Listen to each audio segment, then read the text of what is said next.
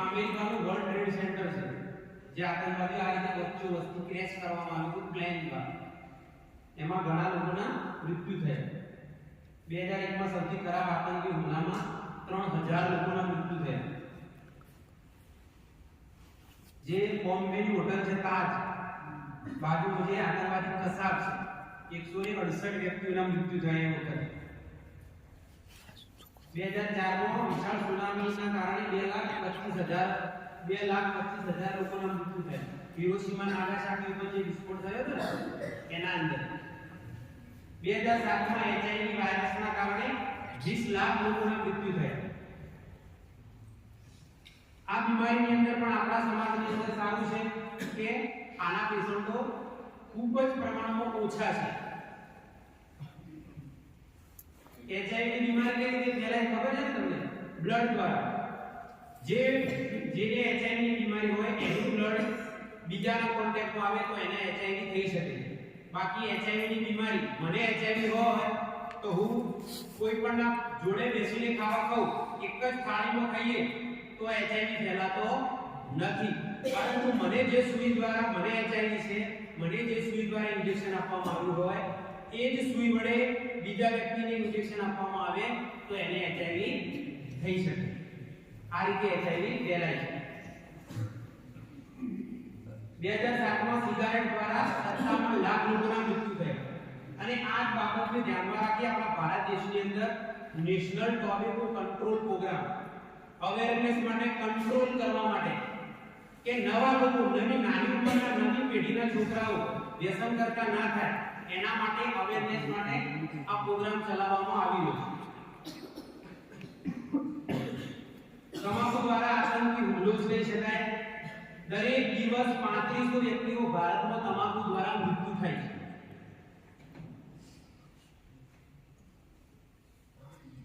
જો એ ગ્રાફ દ્વારા તમે જોઈ શકો છો કે એડ્સ, મલેરિયા, ટીબી, ટ્રાફિક અકસ્માત, જે એક્સિડન્ટ થાય છે આ બધા જ કરતા ટોબેકોથી મૃત્યુ પામનાર, તમાકુથી મૃત્યુ પામનાર લોકોની સંખ્યા સૌથી વધારે છે. અને જે તમાકુથી મૃત્યુ પામે છે અને તમાકુથી શું થાય છે કે આપણા શરીરમાં દરેકના શરીરની અંદર જીનેટિક્સના ઉપર આધાર રાખે છે. એમાં તમાકુ ખાવાથી કેન્સરના દ્રવ્યો આપણા શરીરમાં તમાકુ ખાય છે તો એને કેન્સર થવાની શક્યતા સૌથી વધારે છે. એટલા માટે આપણે ક્યારે પણ તમાકુને આપણા શરીરમાં નાખવું જોઈએ નહીં, નહીંતર આપણને કેન્સર થવાની શક્યતા વધી જાય છે. અને એમાં મોઢાના કેન્સર થવાની શક્યતા 95% રહેલી છે. જે આપણે મોઢામાં ચાવીને મસાલા કહીએ છીએ, લીમન કહીએ છીએ ને એ મોઢામાં ચાવીને ખાવામાં આવે છે તો મોઢાનું કેન્સર થવાની શક્યતા કેટલા પર્સન્ટેજ છે? 95%. 5 જ એવા છે કે જેને કેન્સર નથી થતા. ત્યારબાદ 40% મોઢા વગરના ભાગની અંદર કેન્સર થવાની શક્યતા રહેલી છે તમાકુ ખાવાથી. જે તમાકુ ખાય છે એને કેન્સર થવાની શક્યતા 40% રહેલી છે.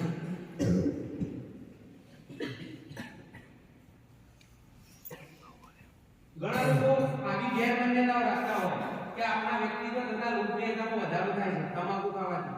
આવું શક્ય છે? વધારો ના થાય. આપણે તમાકુ ખાતા હોય તો કોઈને એવું લાગે કે આ આવો કચરો ખાય છે, એની નજરોમાં આપણે સારા વ્યક્તિ નથી. આપણે બહાર જોશીલા અને સાહસી બનાવે છે, ક્યારે સાહસી નથી બનાવતો, આપણને ખોખલા બનાવી દે છે. આપણો તણાવ દૂર કરે છે. તણાવ દૂર ક્યારે નથી કરતું. ઘણા લોકો આના માટે ખાય છે કે ટેન્શનમાં આવી જાય તો સાહેબ થોડું ટેન્શન રહે છે એટલે તમાકુ ખાવું. પરંતુ મિત્રો એવું નથી કે તમાકુ ખાય તો શું આપણા શરીરમાં એક ડોપામાઇન નામનું એક તત્વ આવે છે આપણા શરીરમાં. અને જ્યારે આપણે તમાકુ ખાઈએ છીએ એટલે ડોપામાઇનના એ કામ કરતું થાય છે. એટલે તમને 1 મિનિટ, 2 મિનિટ કે 3 મિનિટ માટે તમને કે તમે મોટા બાદશાહ બની ગયા હોય ને એવું તમને લાગે 2-3 મિનિટમાં. એનો પાવર પણ વધી જાય. સિગરેટ પીવે કે બીડી પીવે એટલે બીજા ટોનમાં વાત કરવાનું. તો આપણે આ વસ્તુ કે ઘણા અંશે નુકસાન કરતા છે. તો એના મગજનો કંટ્રોલ કોઈ બેસે. તમે જો સિગરેટ બીડી પીતા હોય ને એને બીપીની તકલીફ થવાની, હાર્ટ એટેક થવાની, લકવો થવાની. તમે જો જે સિગરેટ બીડી પીવે છે એને શું થાય, એનું બ્લડ જાડું થઈ જાય. આવા ઘણા કેસીસ મેં જોયા છે. જે બીડી પીવે છે એને બીપીની તકલીફ હોય એને લકવા થવાની શક્યતા વધી જાય. લોબા ટાઈમ સુધી બીડી પીવે એટલે એનું લોહી જાડું થઈ જાય અને એને બીપીની તકલીફ થાય છે.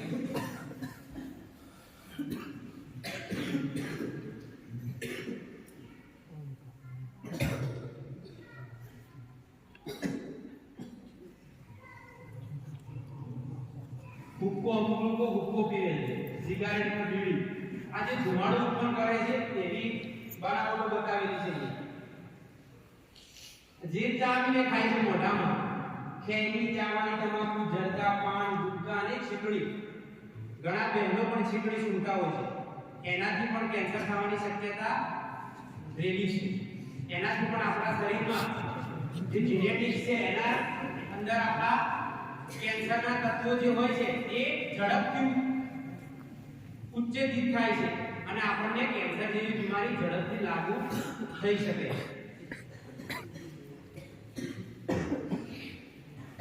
મિત્રો, અહીંયા પેસિવ સ્મોકિંગની વાત કરવામાં આવી છે. તમને લખાણ બીજી ભાષામાં પ્રમાણ થઈ ગયું એટલે ખ્યાલ નહીં આવે, પણ પેસિવ સ્મોકિંગ એટલે શું? પેસિવ સ્મોકિંગ એટલે કે પ્રત્યક્ષ અને પરોક્ષ ધૂમ્રપાન. કોઈ વ્યક્તિ આપણા ઘરમાં પપ્પા બીડી પીતા હોય અને એ ધુમાડો ઘરના અંદર જેટલા 4-5